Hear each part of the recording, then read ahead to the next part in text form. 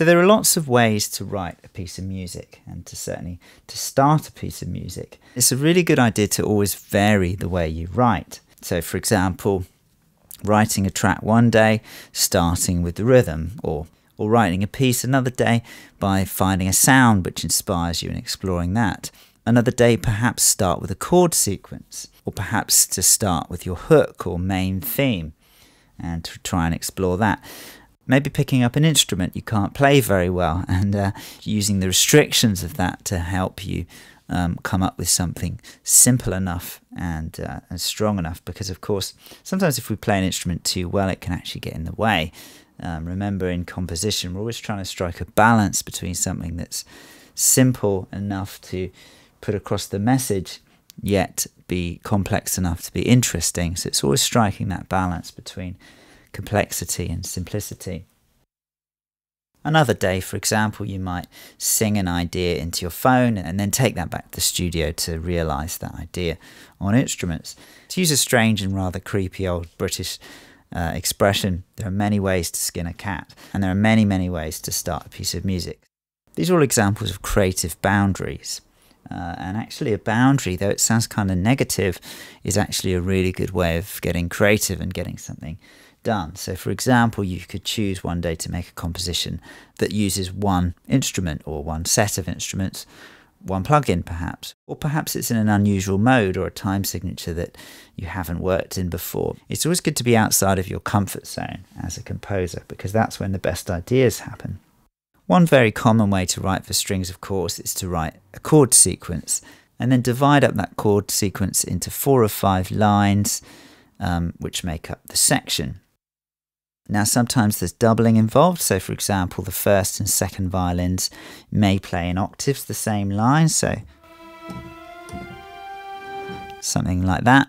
The violas may play, for example, a harmony line, so you get this kind of thing, the violas down there for example.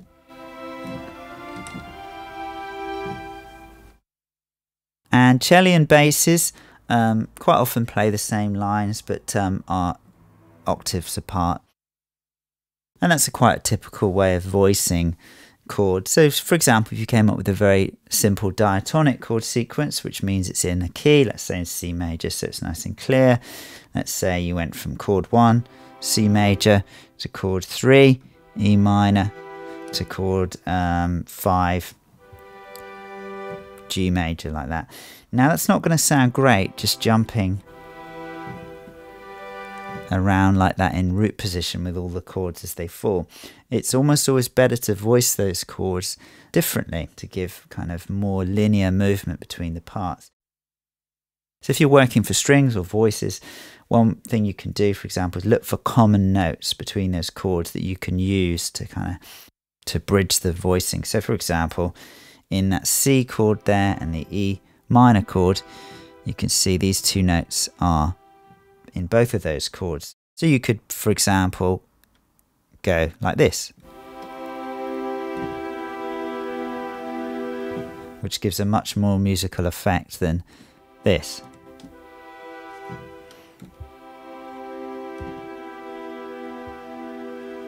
And that chord's still E minor, that second one, it's just voiced in second inversion. So in the case of strings, it means that your first and second violins are going to be playing the E and the G and holding that note, whereas your violas would go like this, C, C to B there. So it's the violas carrying the movement there. Then you could, for example, move to the G like this by moving your second violins down to the D. So you get this.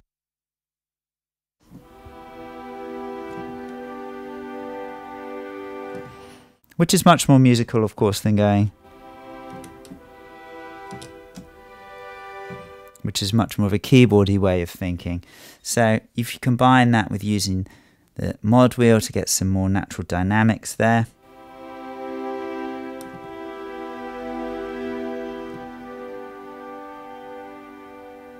you can create a much more natural performance. And of course, this is just me knocking this out on the ensembles patch. Obviously, you could voice these on all the separate voicings to get it really sounding nice. And of course, even experimenting with the different mics is going to give you all sorts of different textures. So many ways to voice a chord sequence like that.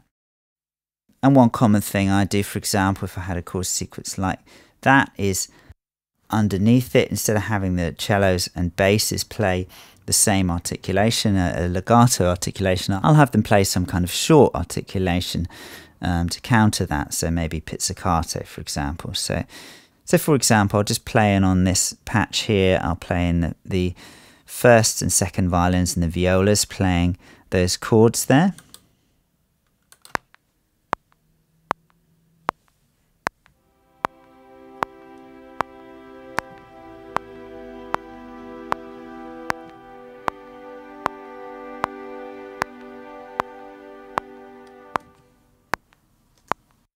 Then if I just do a copy channel of that, just for speed, and then I'll go to pits and I'll just play. I'll play a pits part there to go under this on the cellos and bass. So maybe something like this. So with this, instead of going down, because the other parts are going down, I might go up, which creates a feeling of counterpoint. So maybe something like this. Let's see how that sounds.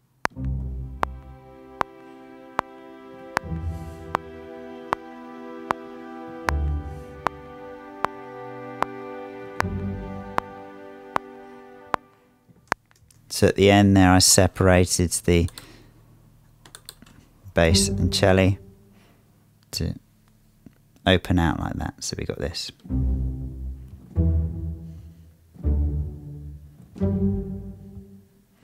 And really the key philosophy when writing for strings, writing chords certainly, is to really think of really using different voicings and having each instrument, each part of those 4 or 5 lines work as an independent line as well as part of the overall chord.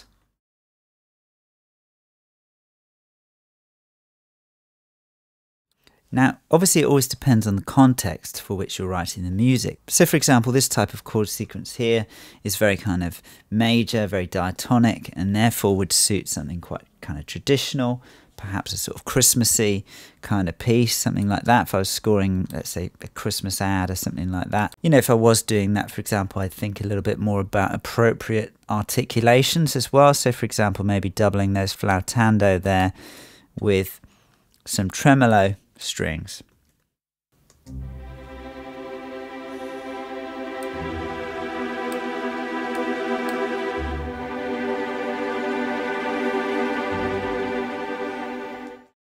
That's perhaps a bit too much, a bit too unsubtle, so I'm going to try a couple of things there.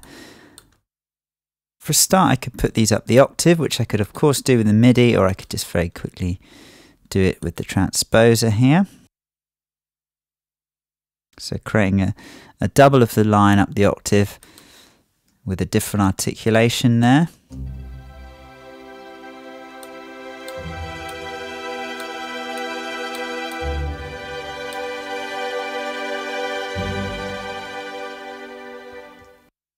Sounding nicer.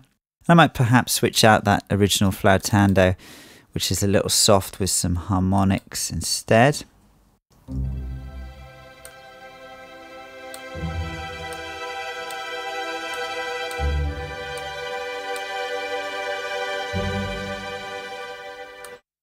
Which is a bit more of that wintry type of vibe.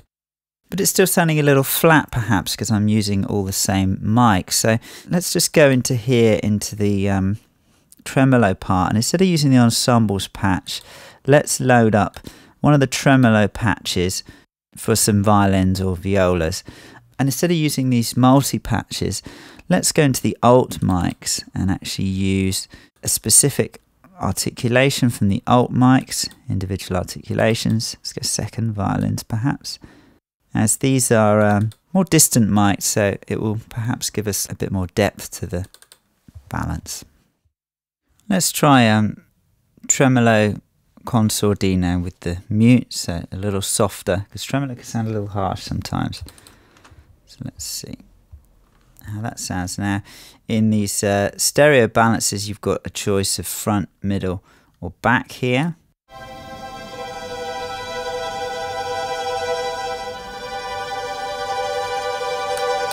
So that's the middle, we've got the front.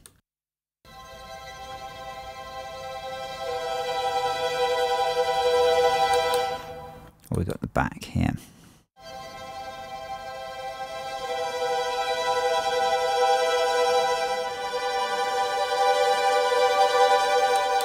See, that back mix with a bit more room there could work nicely. I'm even thinking that we could perhaps double that with the alt mics, which are a lot more distant. And there are tons of different mic mixes that we can use here. Alt mics here tend to be more sort of distant, which is nice. Perhaps let's try these on the violas. In fact, let's go to individual articulations, violas. There's some really cool effects actually for making kind of strange horror textures and stuff.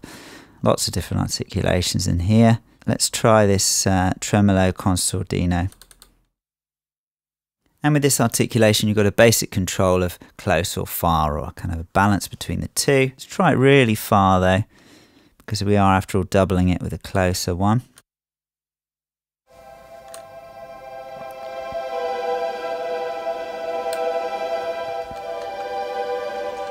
Bit much perhaps, it loses its definition. Composition is always about trial and error, seeing what works, what doesn't work, and constantly kind of editing.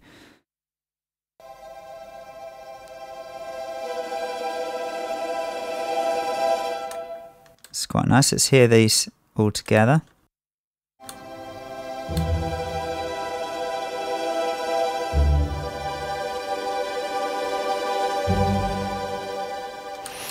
And you can do this across all the parts of your arrangement, and really using these different mics as well as obviously different voicings and different articulations can really help you create a string arrangement which has kind of sonic depth to it and clarity and kind of interest.